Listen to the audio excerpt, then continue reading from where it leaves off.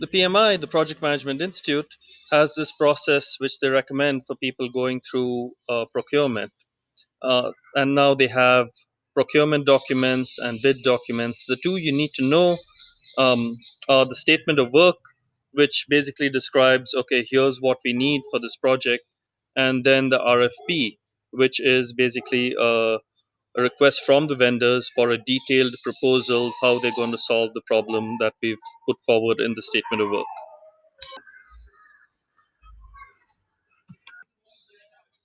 While you're getting the RFPs, the PMI recommends that you also make an evaluation criteria about how you're going to look at the RFPs, some systematic way to compare between all the proposals received between the various vendors.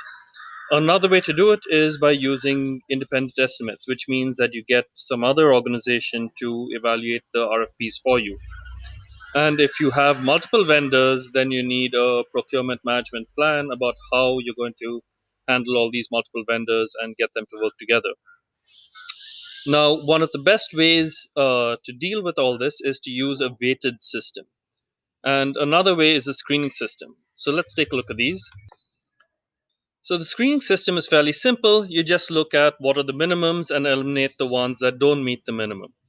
Then you look at the people selling and you look at how they've done in the past, what their ratings are on the internet, things like that. And then eventually with the ones that are left, you use a weighted system. So basically you look at like how each of them compare based on what you're looking for specifically in the system. Now here's what a weight and rate matrix looks like. So some of these things here on these examples are very generic. So most of them will not apply to your projects. Some that might apply to your project would probably be price, which is very important to several nonprofits. But if your company has already paid for that, then you don't need to worry about that. So most of the rest are the requirements that your client gave you. So, say for example, your client said, "Oh, this should be attractive to children, or it should provide information about my programs, or it should allow students to match my events, or this should be attractive to college students, or this database should not have any duplicate information."